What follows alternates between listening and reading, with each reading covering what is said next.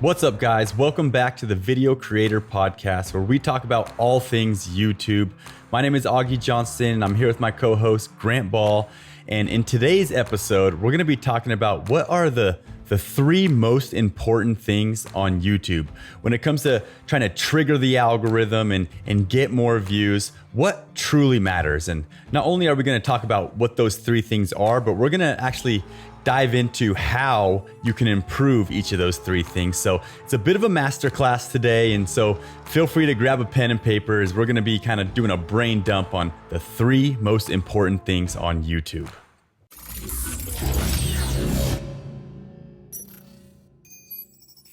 All right. So out of these three things, there's probably number one, the most important thing that maybe not the most important thing, but one of the most important things we can all agree upon is click-through rate. And what that is the amount of people that see your thumbnail and your title, your video, and the percentage of people that actually click on it. So Grant, would you agree that that's one of these top three things? Absolutely. So the thing about click-through rate is, obviously, if people are not clicking your video, they're seeing your video, but they don't actually care enough to tap on it, then, well, yeah, your video got seen, but it didn't get seen, did it? And it's a crucial metric. And we can talk about the what a good click-through rate is here, obviously how to improve it. But yes, click-through rate is absolutely crucial in order for a video to succeed. Okay, cool. So before we actually talk about percentages and all that kind of stuff, what we're talking about here, just so everyone's clear, is an impression, right? So when you open up YouTube and you see a bunch of thumbnails on there, a bunch of videos, you can click on one, that would be one impression. So let's say, YouTube showed that video, that thumbnail to 100 people and you got 100 impressions and 10 people clicked on it, that would be a 10% click-through rate.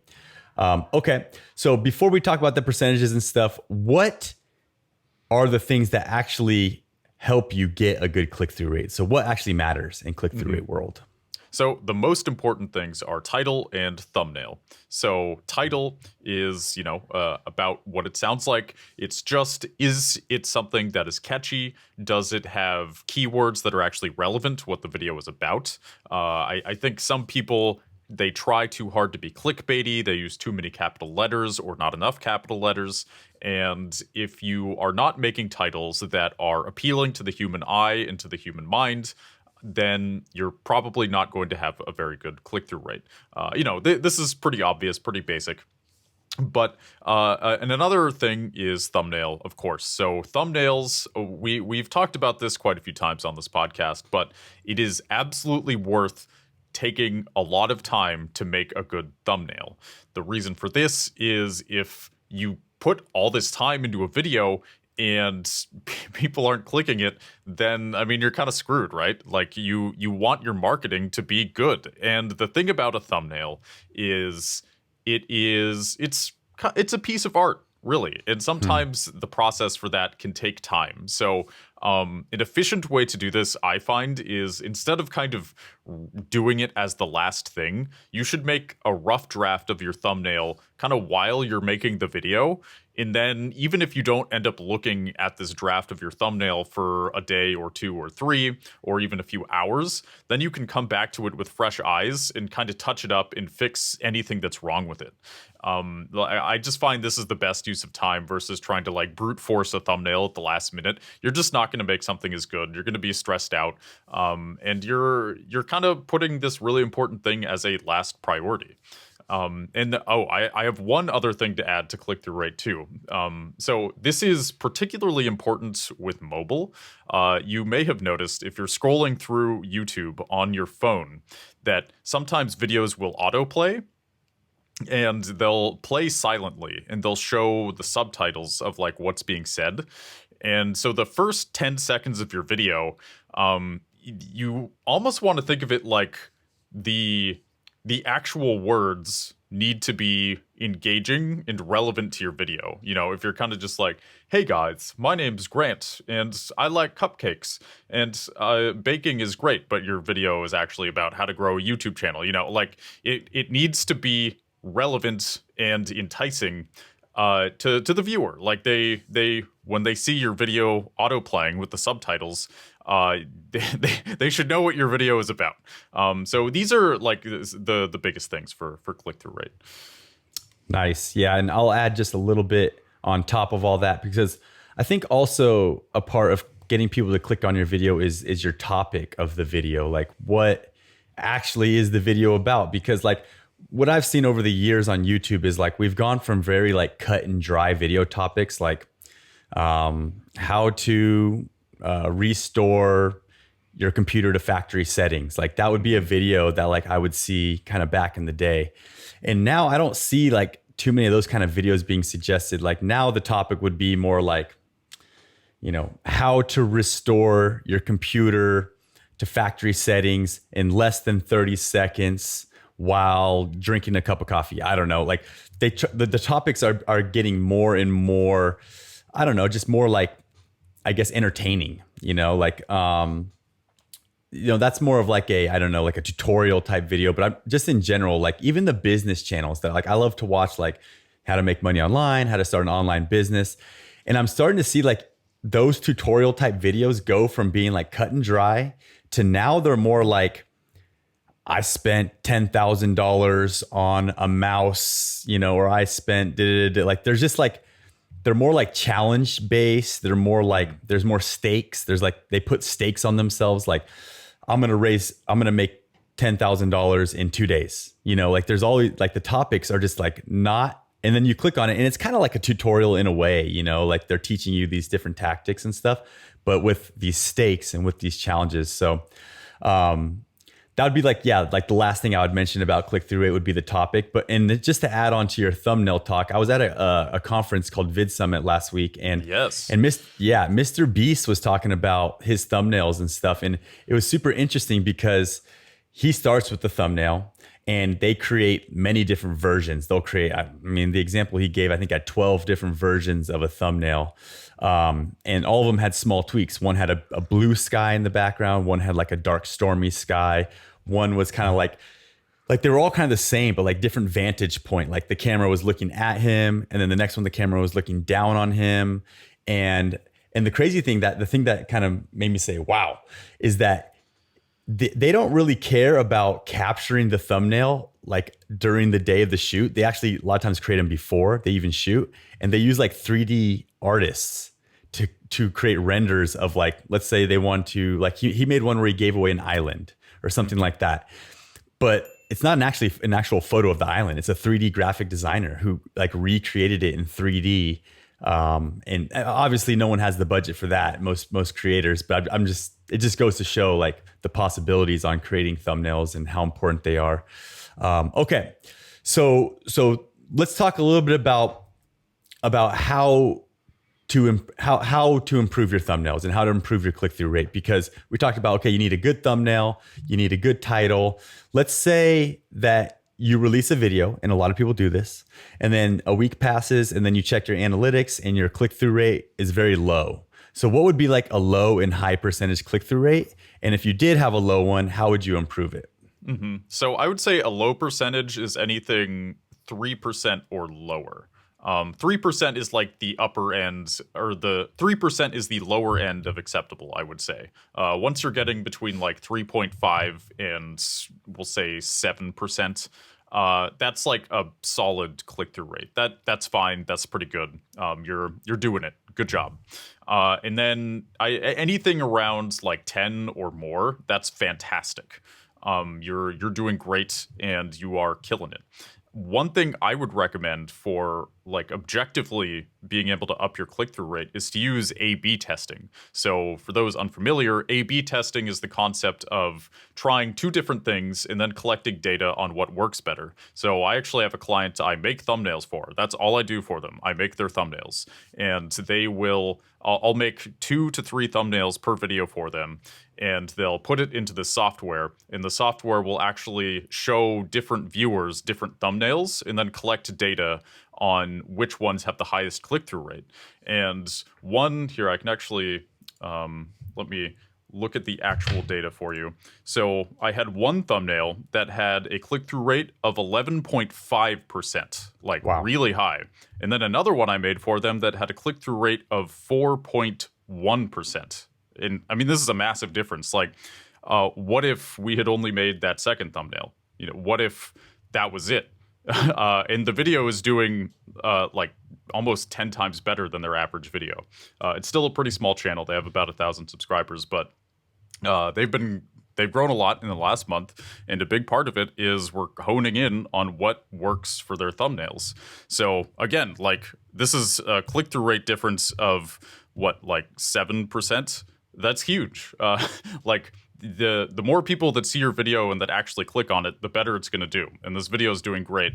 And then they ultimately just deleted that thumbnail that wasn't performing well and just kept the one that is doing well. So these are just like ways that you can objectively improve your click-through rate. There's things like TubeBuddy that do this well, and you can just Google YouTube A/B thumbnail testing, and there's all kinds of software. You know, with TubeBuddy, I think it's like $7 to $8 a month to have the feature that allows you to do that. But there's plenty of other software that is readily available and pretty cheap that you can use. Hey there.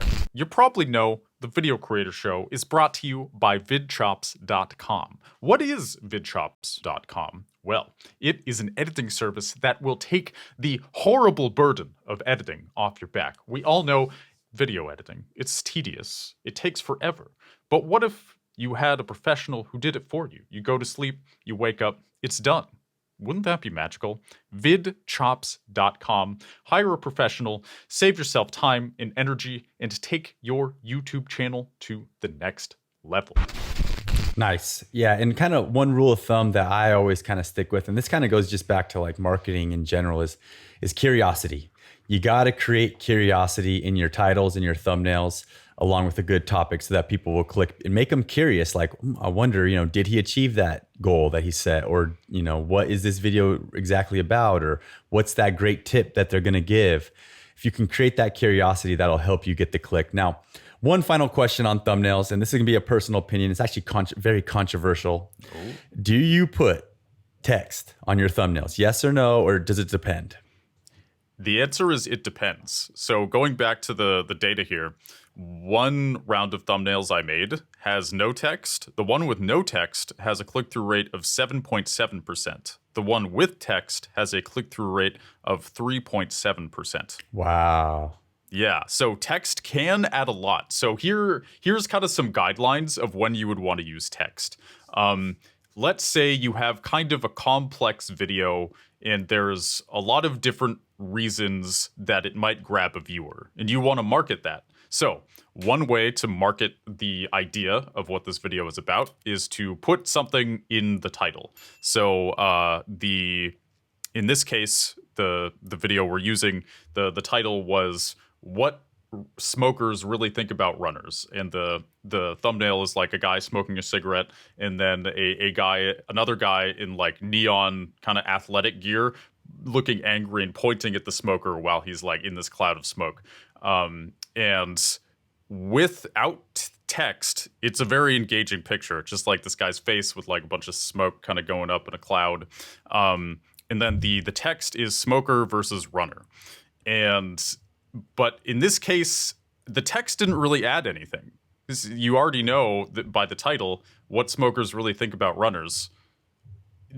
That's what it's about. And now the text is basically just rehashing the title. So if your text is just rehashing what the title is, that's not good. You've already, like, it's redundant information here.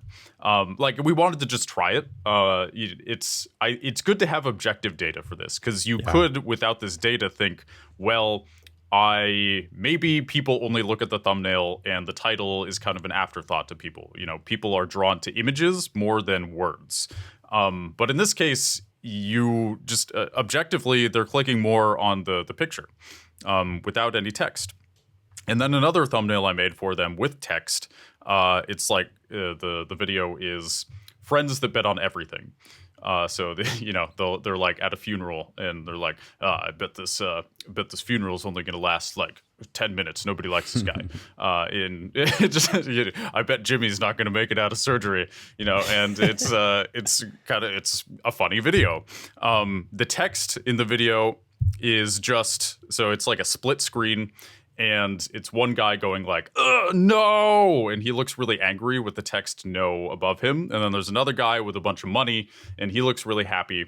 And the text is yes. And then again, the title is Friends That Bet on Insane Things. So in this case, the text is kind of adding this emotion to the image, and no is in red, yes is in green, and it just it has these eye-catching faces, and this text that it plays on the emotion of what's going on. So make sure your text is adding something new and is not just redundant with the title. Yeah, no, I agree. It's got to create can it create curiosity, right? Can it add to that? I think is the kind of the key on the text. So, okay. Cool. Let's go ahead and move this on. So number one, most important thing, or one of the most important, is click-through rate. The next thing that we kind of agreed on is, we'll just say watch time as kind of a blanket statement. Watch time, well, you can dive a little bit deeper into what watch time actually is and the importance of watch time, but it's, how long people are watching your video. So my question to you is, how can we improve our watch time? How can we get people to watch longer? Mm-hmm. Well, the first thing I always tell people is put as much energy into your intro as possible. So the very beginning of the video, first 10 seconds, first 30 seconds, first 3 minutes. That's going to hook people. People call that the hook. Let's say you make a 10-minute video. It's a lot of work to make a 10-minute video usually. So it's important to be conscious about where you are putting your energy. You want to put a lot of it into the intro, just to get people interested and excited and kind of basically convince them to watch the rest of the video. It's kind of it's a trick to get you to watch the middle, right? Obviously the middle needs to be something engaging and interesting, but it doesn't necessarily have to be as pizzazzy. It just needs to be interesting in and of itself. And that's what the middle should be. In that, kind of minute to minute is usually less work than the intro if you're doing it right. Yeah, no, I agree. The hook is probably, or the first minute or whatever is the most important thing. So when it comes to watch time, what analytic are you looking at specifically? Are you looking at just the average view duration, or more like the average percentage? Which one, average percentage viewed? To your opinion, is more important? So the most important metric is the number of minutes watched. However, you really can't get good data about that without looking at the average percentage. So honestly, I would just say they're both just as important as the other. So here's an example of why. Let's say your videos are 1 to 2 minutes long, or 1 to 3 minutes long, because that's your style. You got fast-paced comedy or something.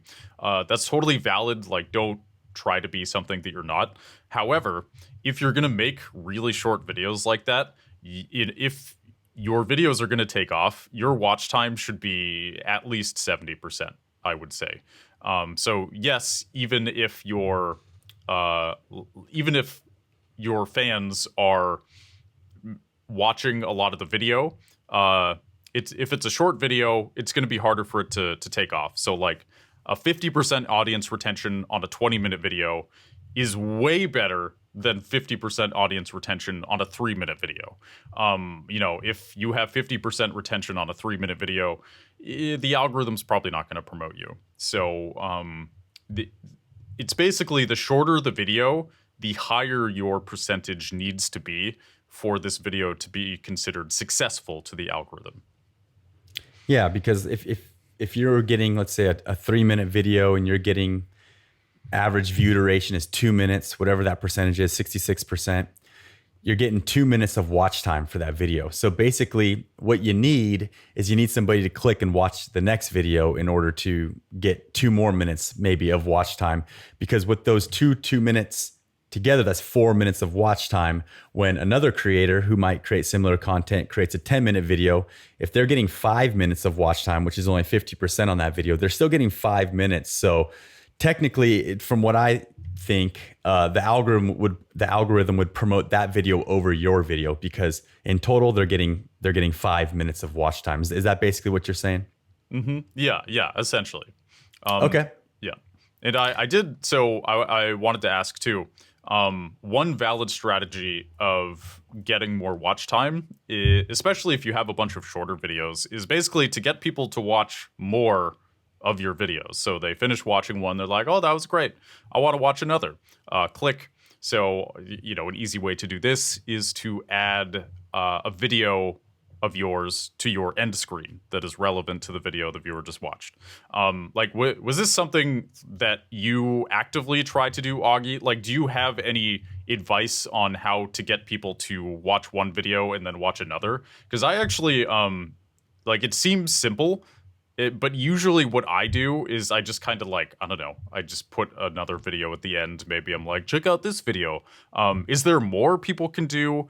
Am I just kind of half-assing it here? What do you think? Yeah, I think, what you just explained, that's what most people do. At the end of their video, they say, hey, and if you want to check out another video from me, click the link. It's the end card that pops up. To me, the best strategy is to give them a reason why. So let's say your video is about how to start an online business. So at the end of your video, you should probably use some sort of messaging like, okay, now you got the basics down, you know how to start an online business, but the first thing you got to do is set up an LLC. If you don't know how to set up an LLC, I got a video right here that you can click, check out, and it'll teach you exactly how to do that. So I learned this from Augie Johnston. He's a YouTube expert, and that's what he would do in his videos. Is always at the end, he would tie it all together and then give you the next step, and it would always be the video that's on the screen. So I always thought that was cool. And he did that too for subscribing too. He wouldn't just say hey, thanks so much for watching. If you like this video, hit subscribe. He would always say this channel is about this. If you're a video creator and you're looking to get more views, this channel is going to do that in 3 easy steps. Hit subscribe so you don't miss another video. And I always thought that was pretty kind of smart. In the marketing world, right, we're always looking at conversion rate, how many people land on your website? 100 this month. How many people purchased? 2 people purchased. Okay, your conversion rate is 2%. So in your YouTube videos, it's how do you get people to convert into subscribers? How do you get them to click to watch another video or click to go to your website, whatever your goal is. So yeah, I think that a powerful call to action with some messaging is a good tip. Mm-hmm. Yeah, that makes sense. I think just sort of ending your video and then having another video that's clickable, usually that's what I do. And I mean, clearly that's not the best. So I like that kind of whole tying a bow on it, explaining how this other video can give you value. Makes sense to me. Yeah, and the cool thing is YouTube gives you those analytics on how many people are clicking your end cards and all that kind of stuff. So you can actually see that and try to improve it.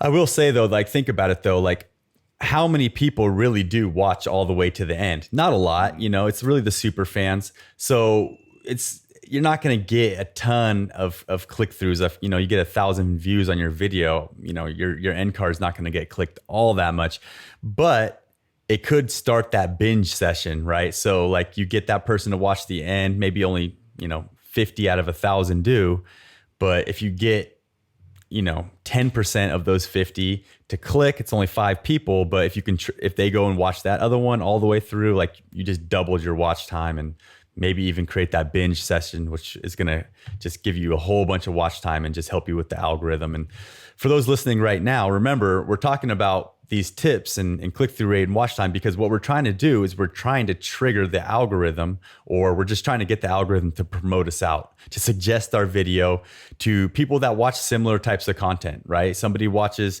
basketball videos.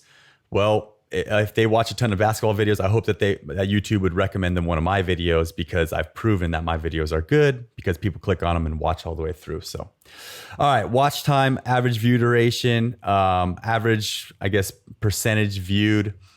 Those are all good things. And those analytics are in YouTube. So if you're looking at your videos and you're like, oh, look, this one got an average view duration of 1 minute, 30 seconds. This one got an average view duration of 1 minute, 60 seconds or 1 minute, 50 seconds.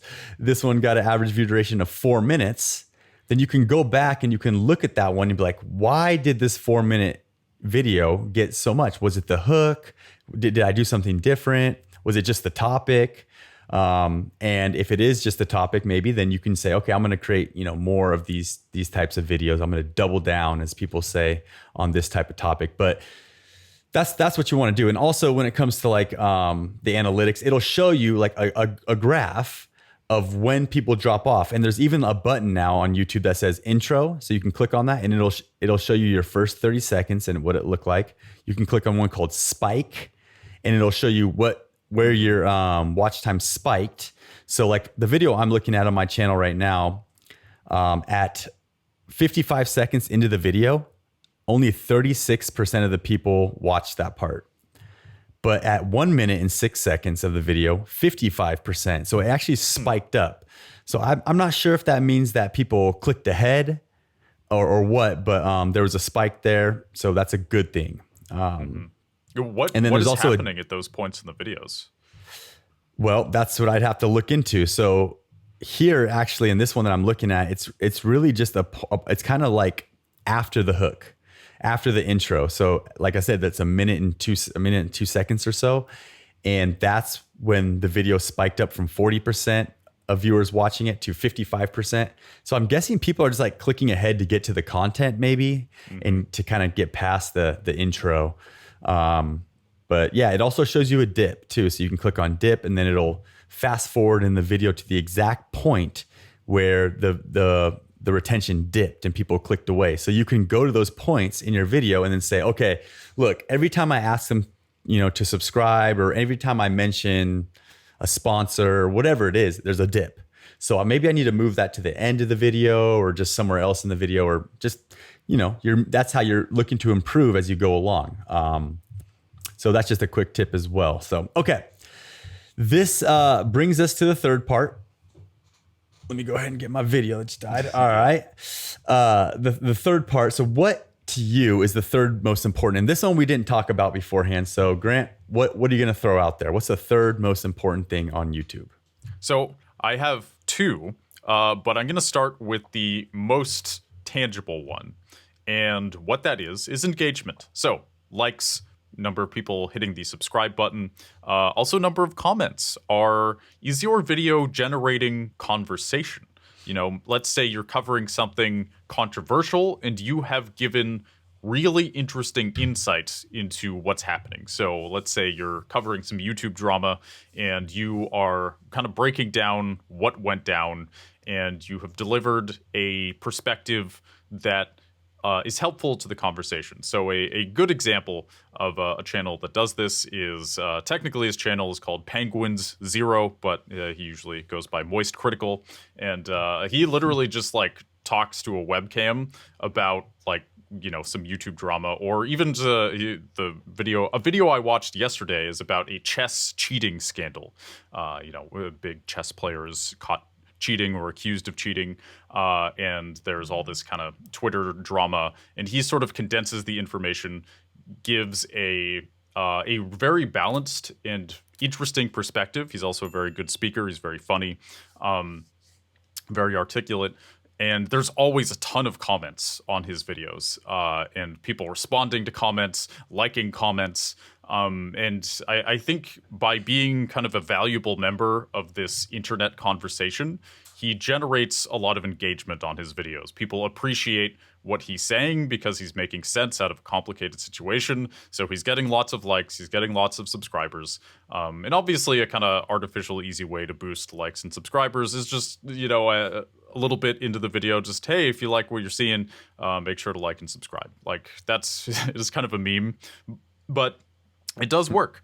And it's, if you're covering something that can generate lots of comments, YouTube does take note of that. So any way you can do that, I would recommend it.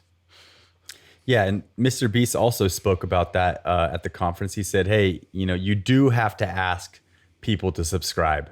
And if that guy's crazy obsessed with YouTube. So he like looks at all the data and constantly dives in, and he's analyzed it. And he said like, look, in this video, all we did was say, hey, please subscribe. That was it.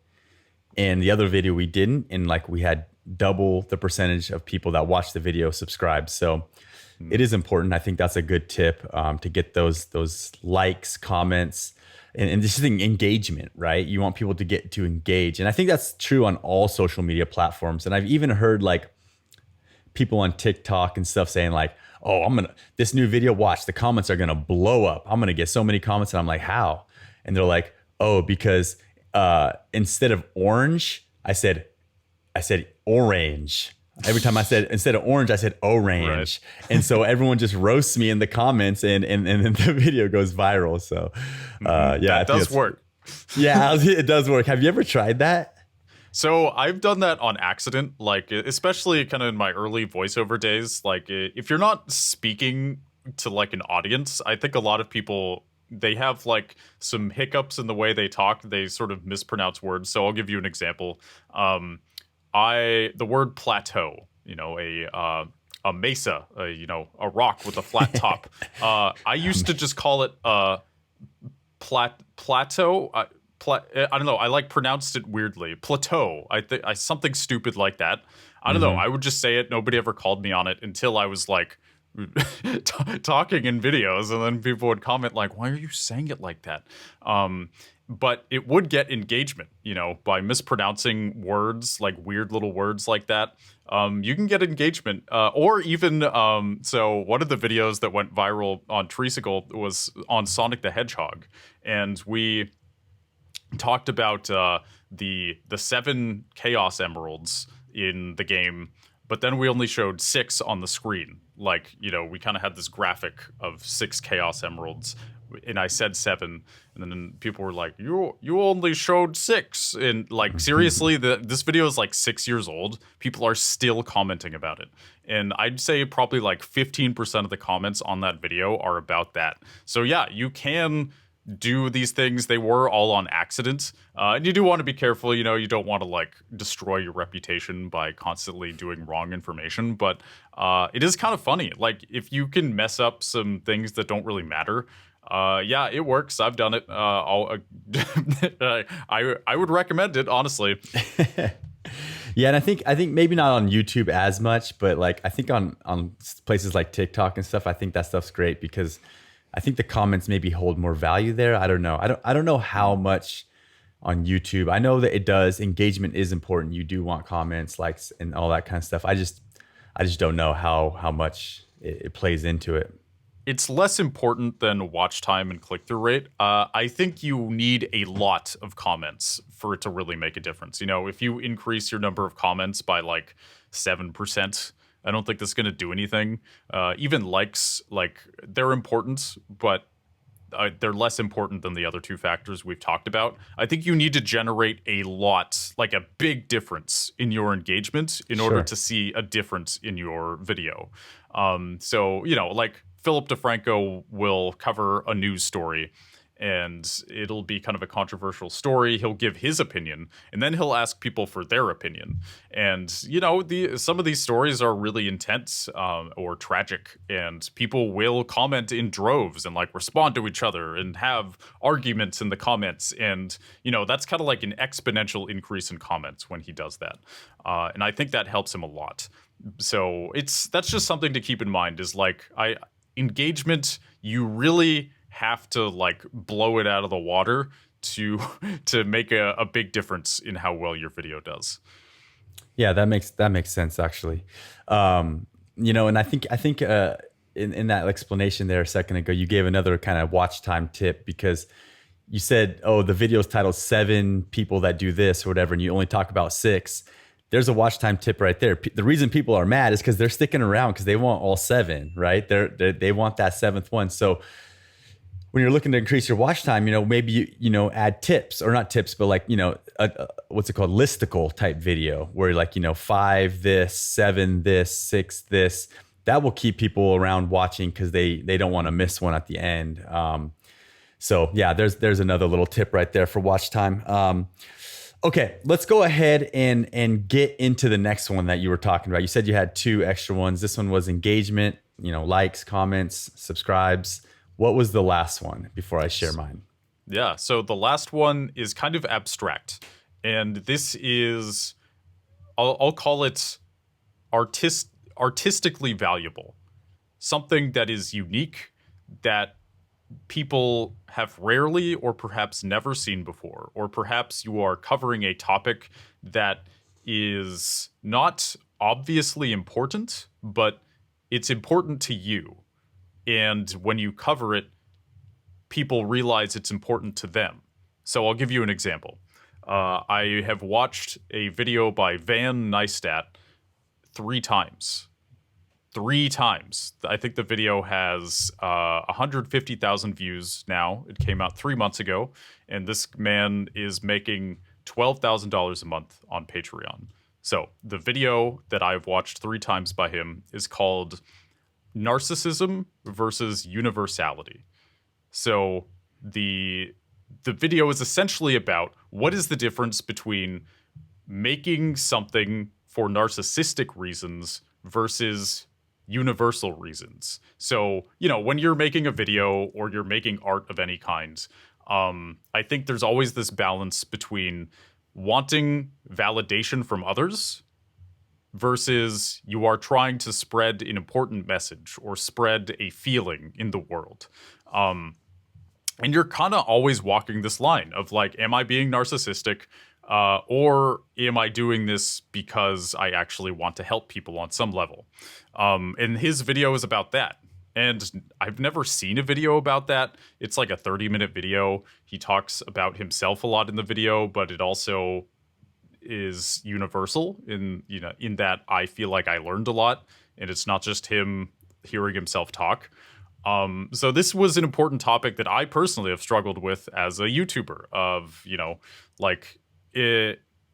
am I just sort of image obsessed? Am I only doing this because I want to be famous? And he gave helpful insight and examples and personal experience about addressing this topic. And I've watched it 3 times. And I think when you have a topic like that keeps people coming back, like it's so unique that you almost feel like you have to watch it again. So if like 10% of your viewers are coming back to this video time and time again, that's going to boost your watch time. Like that's going to make it, the video has like 150,000 views. That's pretty dang good for his channel. And he has a loyal following, again, $12,000 a month on Patreon, nothing to scoff at. That's good. Just this kind of artistic uniqueness and this valuable abstract idea that needs to be delivered. If you can do that, then I think you're going to get a lot of rewatches on your video. So it sounds like kind of this most important thing is to come up with topics that aren't just the typical clickbait YouTube topic, but one that sounds almost like evergreen, almost like 20 years from now, someone could find that video and have an aha moment and be like, whoa, this is life changing. Is that basically where you're getting at? Yes. Yeah. It's a kind of, this topic will be just as relevant 10 years from now as it is today. And even the way he makes videos, I think I see them being timeless. There's just like his brother, Casey Neistat. I also rewatch a lot of his videos, but I feel like Van Neistat's videos, the topics he's covering, they're not so much about a snapshot in time. They're about something more universal and long lasting. And that has a lot of rewatch value. Nice. Yeah, that's cool. I love evergreen content that can just stay on YouTube forever, because that's what you're doing is you're building a library, you're building a catalog. And at the conference, they were talking a lot about that too. Like once you have your catalog built up and you have, let's just say 300 videos on there, like it gets a lot easier to get views because someone watches one, then the algorithm recommends the next one and then the next one. And, it's just like exponential. And that's why you see so many YouTubers, right? Their growth is exponential. It's like 4 years of nothing, and then all of a sudden one video takes off, boom, and then it's just exponential to the moon, and now they're getting like, you know, 1 million views a month because people are seeing that first one, they're watching all the way through, YouTube's recommending another one that's like maybe their second best video as far as watch time goes. People are now watching that one all the way through, and now they're hooked, and now they're binging, and you know, a new viewer goes and watches, let's say they have 300, watches 150 of their videos over the course of a year, and that's just crazy. That's just kind of the way it works a lot of times. Okay, Yeah. cool. I just want to add a metaphor on top of that. A YouTuber that I really love and respect, his channel is called Swanky Box. He also has another channel called Horror Scoped, where he covers like horror video games. And I'm friends with him in person as well. What you just described, he would describe and use a metaphor as starting a fire. So how do you start a fire? Well, you have like a base of logs, right? That's your backlog, literally logs. And then what's the kindling? Well, the kindling in this case is that one video that really took off. And your backlog needs to be relevant enough to that video that took off to where people want to watch all your other stuff or a bunch of your other stuff. So it is like starting a fire. You do need to be patient, kind of lay the foundations for the fire. And then at some point, you're going to get that lightning strike. And you're going to have a raging, beautiful bonfire. And that's what you're looking for. That's the metaphor. Yeah. And once that happens, the hard part is keeping that traction, right? That's why you got to continue to come out with great videos after that. And yes, a lot of people will start to plateau. And yeah, so, okay, cool. So the last thing that I wanted to share is kind of what I would consider maybe the third most important thing. And maybe this is cheating. Maybe I should have talked about this earlier because this is something that will help with your watch time. But the answer is editing, right? The editing is one of the most important things. Because your editing can help your watch time, and coming home from the conference, that's one takeaway I've taken is how important the editing is to the watch time. Because, you know, as I'm going now to release content and stuff, I'm actually looking at what I can cut out. Is every time I create a video now, it's like, is there a boring part? Is there like even if it's just like 20 seconds or 10 seconds of something where I'm kind of being repetitive, like I just want to cut that out.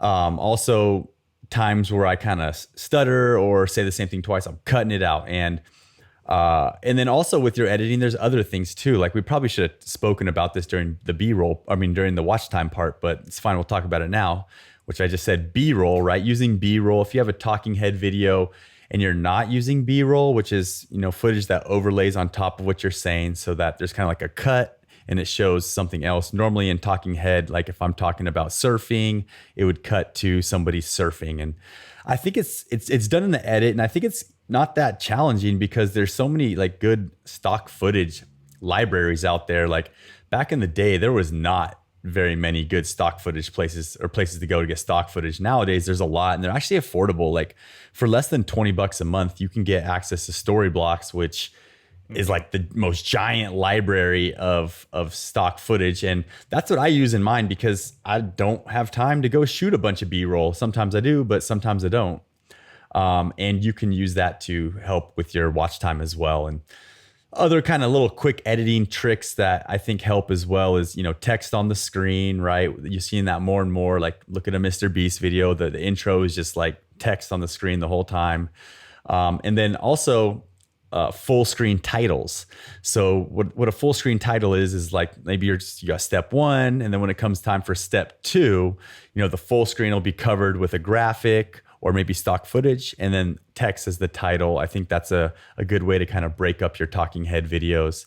And kind of the latest thing that I like to do is like I like to take a stock footage clip and I like to like maybe make it black and white, or make it, you know, kind of colorize it and make it like a certain color, and then use that as kind of like the background of some text. And that's just part of the editing process. I think it looks cool. But yeah, I think editing is one of the most important things too. And next time you sit down to edit a video, just remember like, hey, if there's a boring part, just cut it out. Or maybe if there's an exciting part, maybe you want to put that the very beginning of your video as like the hook, and then get into your video. And just any kind of things you can think of as you're editing that would help your watch time, just keep that in mind while you're editing, and hopefully that can be like your competitive advantage against everybody else, because you actually are paying attention to that. Any thoughts on that one, Grant? Yeah, absolutely. One thing I like to do with editing is, so I subscribe to Epidemic Sound. YouTube also has a pretty good audio library. It's fairly limited, but it's not bad. But Epidemic Sound is a music service. They also have a lot of sound effects, like very cool sound effects. So one thing, you mentioned kind of full screen titles. One thing I'll use is kind of text. So like, I have like text presets. Mr. Horse is a very good service that I used for like cool animated text. So I'll say a video I just released on Treesicle. I talked about this character. You turn on the lights and then he's gone. And then when I say the word gone, the text gone appears on the screen with like 3 exclamation points. And when that text appears, there's like this kind of cool sound effect that goes like, and it's when you kind of add these little things you don't want to overdo it. You don't want to annoy people. But when you kind of have a constant thing that you're cutting to, another thing is like I called this one character a bit of a simpleton. And then I cut to Forrest Gump and then put the like half of the character's face over Forrest Gump's eyes. So it looked like he was Forrest Gump, and Forrest Gump goes, I was going somewhere. And then it cuts back to the video. So it's like this kind of like meme cuts that they are entertaining. They're funny. They make you laugh. And then the video kind of moves on. So editing, like just kind of summarize here, I will use cool sound effects, text effects, cut to just funny, memeable clips. You can always so an example of how to find good clips. Let's say you say the word yes in like a funny way or something. Google yes meme. And then you'll probably find a bunch of clips of just like weird ways people have said yes. And there'll be like a 3-second clip. You can just use it. If you need to, you can credit whoever it is. It kind of depends on the clip. But this is just kind of an easy way. Again, this is kind of like a comedic thing. If your videos are more serious, this might not apply. But these are ways that I use editing to my advantage. It can take a while, but it's fun and it's worth it. Nice. And that kind of gave me the idea to share one last final tip, and that's invoke emotion, right? How do you invoke emotion? So you're talking about being funny. If you can be funny, that's like the ultimate. Like that's the best way to be on YouTube, because that will help your watch time, just the enjoyment of watching a video. So I know not everybody can be funny. Grant, you're great at making comedy in your videos and stuff. I don't think I have that great of ability. I think I can lay a joke every now and then, but I think I could probably inspire people. I'm a basketball coach. I try to do that every day. So, that's one way that I try to invoke emotion is, tell the creator, someone that's watching, like, you can do it, and, you can put in the work and you will see the results and that kind of stuff. So, invoke emotion in your videos through the editing, through being funny, through whatever you can. And that will actually help you probably more than any of the other tips that we've talked about today. Mm-hmm. Absolutely. Like your delivery, your presence, your charisma, lean into whatever you are. Like you said, obviously you're a coach. You have lots of experience being a coach. You're like inspiring people and kind of making them believe in themselves. That is super valuable. And lean into that. You already are. That'll work, and I'll keep doing my silly jester thing, and we're doing our thing. Yeah, sounds good. All right, guys. I hope you guys enjoyed today's episode. Today's episode is brought to you by VidChops.com, where we're here to help take the burden of editing totally off your hands. So if you're looking for a video editor, head over to VidChops.com and we will hook you up. Thanks again for listening, and we will see you guys in the next episode.